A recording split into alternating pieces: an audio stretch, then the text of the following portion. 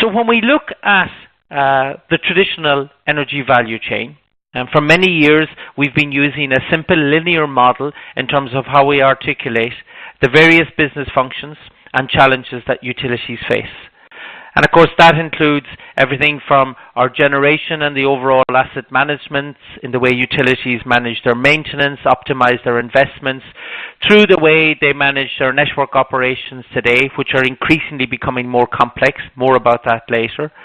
The role that meter operations and the deployment of smart meters has had on utilities in recent years, and then through to a very established and traditional role around how they focus on customer operations, enable to deliver improved and best services to their customers, look at managing the overall relationships and the costs associated with those.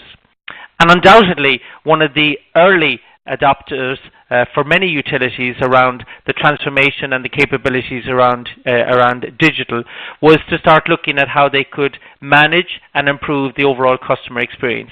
Look at how utilities can expand their channels to market, use technology to add value, change the overall relationship and behavior they have with their customers.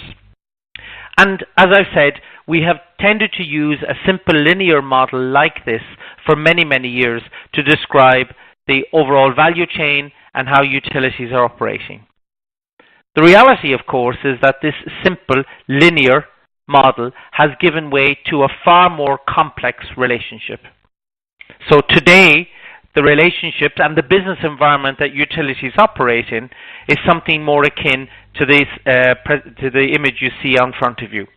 For sure, many of the more traditional business services that utilities are responsible for, customer services, the ongoing capabilities around efficient, safe and reliable operations, managing the distribution in a safe and reliable way, engaging with and managing the markets, all of those functions continue as before. But today, the complex business bubble that utilities find themselves operating in is reflected by an increasing number of complex and new business processes.